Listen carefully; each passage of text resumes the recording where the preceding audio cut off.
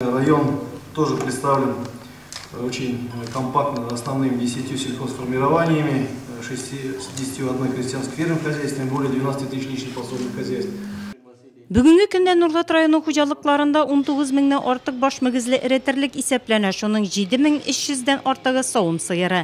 Киңәшмә үткәрү урыны итеп Нурлат районы сайлануы тикмәгә түгел, чөнки терлекчелектә үткән елгыга караганда сөт саву, реализацияләү, ит җитештерүдә үсеш күзәтелә.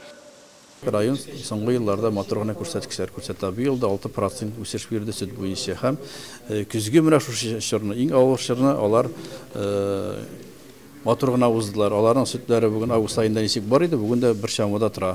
Савым сыерларның сөт бирүчәнлеге, чөнки ел айлана бер тирә ашаталар менә бу хуҗалыклар. Безнең инде монда сүз бара Рәис Ахтямовның агрофирмалары турында сүз бара.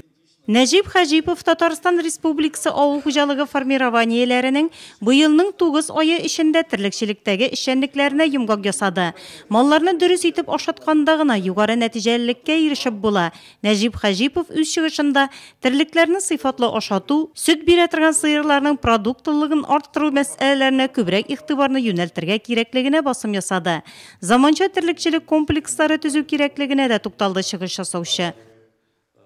Бүгенге көндә авыл хуҗалыгы министрлыгы азыкның күләмнәре буенча ниндидер кыенлык күрми. Алар безнең 35 азык берәмлеге җыелды.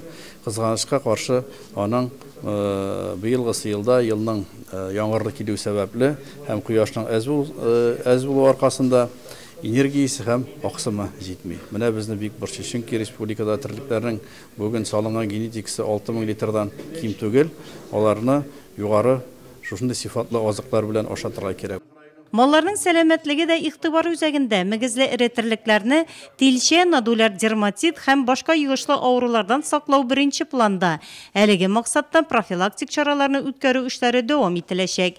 Яшьчур нодулярный дерматит, дуңгызлар чумасы,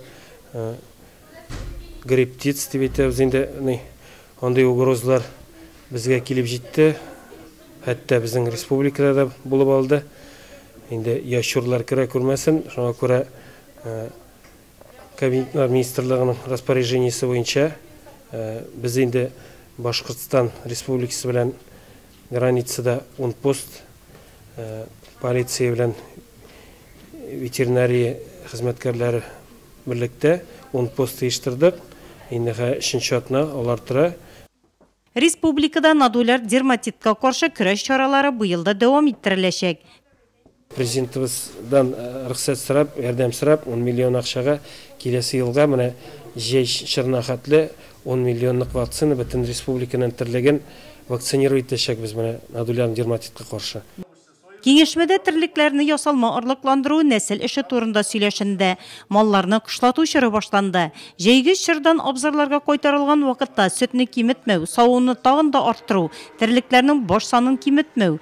Терлекчелектә куелган бурыч шундый. Хуҗалыкларда төп табыш савылган сөткә һәм җитештерелгән иткә бәйле.